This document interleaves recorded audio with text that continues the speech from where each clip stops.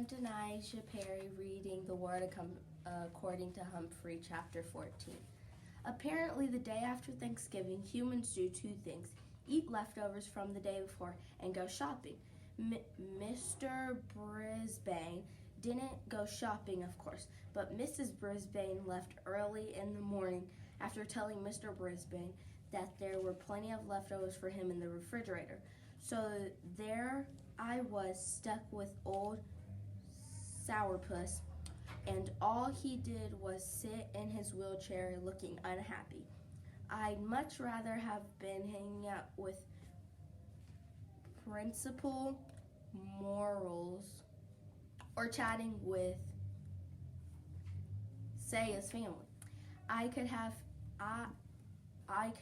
been tricking Miranda's dog, playing cards with AJ's, but no, I was watching a sad and grumpy man act sad and grumpy and grouchy. I could have just settled in for my nap, but I remembered what Miss Brisbane had said. This man had to get out of your cage. I squeaked out loud without realizing it. Quiet, you little rat, Mr. Brisbane growled at me. Then he wheeled over to the front window and stared out.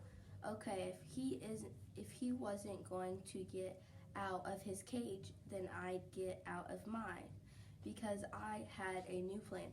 Mr. Brisbane didn't notice me open the lock that didn't lock. He did not see me scamper out of the cage across the table and onto the couch. He wasn't aware that I leaped down to the floor. He didn't even think about me until I swooped in the middle of the living room and said, "Catch me if you can." I know he only heard me squeaking, but I'm sure got his attention. He was as surprised as could be to see me there. How did you get out, and how am I ever going to get you back in? He rolled around toward me. Come on, whatever your name is, let's go back in the cage. I let him get just close enough to reach me. He bent forward, cupping his hands, but just as he reached out to grab me, I dashed over to the opposite side of the room. "You little rat," he said, "you can't outsmart me." He rolled over to the closet and took a baseball bat off the hook. Again, he approached, and I let him almost within arm's reach. This time he raised the baseball cap and said, "Okay, fella, let's play ball." "We'll see about that," I squeaked as I busted off to the living room. We quickly established the rules of the contest. 1, I would stay out in the open in places he could reach in his wheelchair. 2, he would use his baseball to capture me if he could. Once he reached the dining room, I rushed into the den. "Oh, look, you're clever. We'll see who's clever," he challenged. From the den. "Oh, how you're clever. We'll see he challenged. From the den, I scuttered over to the hallway. But now Mr. Brisbane's cheeks were red, and he was almost smiling. "You're smart, but you won't win this one." This time I let him get that cap within a whisker of capturing me, just to let the game interesting. Then I scuttered back to the living room. But before he followed me, Mr. Brisbane slammed the bedroom, and guest room doors. Haha, he was eliminating my range of possibilities. Pretty cunning. In the living room, I decided to make a bold run. I hid under the couch. Then I let Mr. Brisbane stew for 5 minutes. "Come here, Humphrey. You'll have to get out sooner or later," he called, and I thought he didn't even know my name. He shook the curtains and pushed the chair to see if he could roused me. Too bad he didn't think of using sunflower seeds like Mr. Morsley did. Yup. I finally get kind of bored, so I made a dash for the dining room. Mr. Brisbane followed, and this time I let him scoop me up in the cab. I win, he shouted tumplet lately. He was beaming with pride as he stared down at me. But you were a worthy opponent. He put me back in my cage, and I scrammed it into my sleeping house. I have to admit, the game had made me a little drowsy. I don't think it was very long before Mrs. Brisbane returned, carrying several shopping bags full of packages. What happened, Bert? She asked when she saw her husband. Nothing, he said, but your face is all rosy. You look different, and you're wearing a baseball cap, she said. Sit down, Sue, he answered. I'll tell you all about it. He told her every detail about our match, chuckling and swinging his cap back and forth.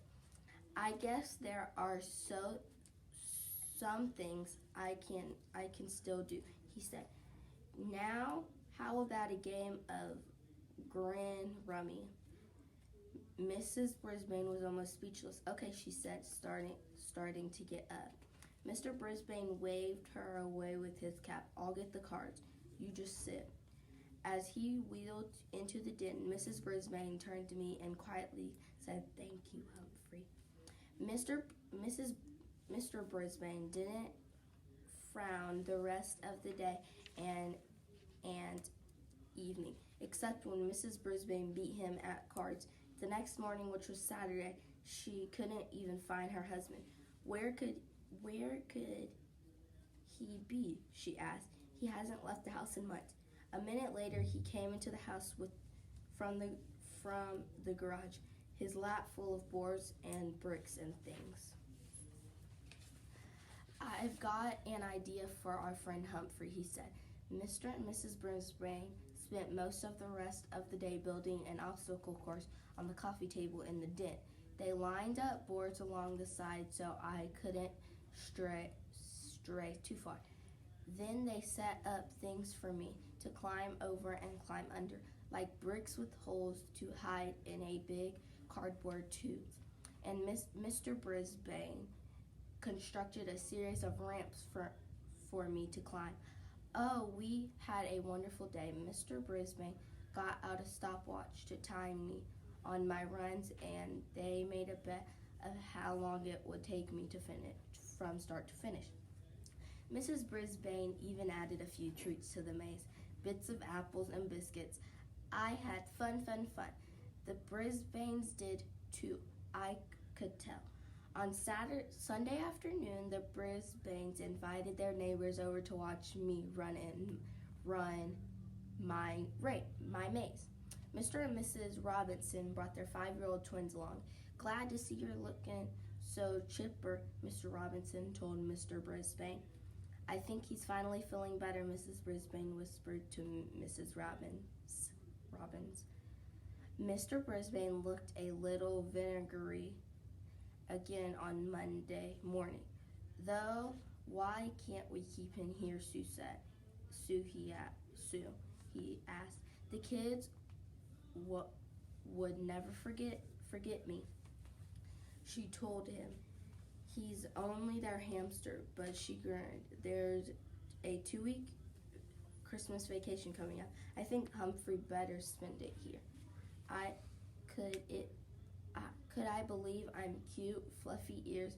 She liked me so much she actually wanted me to come back. This was a whole new Mrs. Brisbane, one who liked me. By the time Mrs. Brisbane and I returned to room 26, I was pretty tired, but it was a good tired, and I knew I could rest up from the weekend during recess. And tip 14.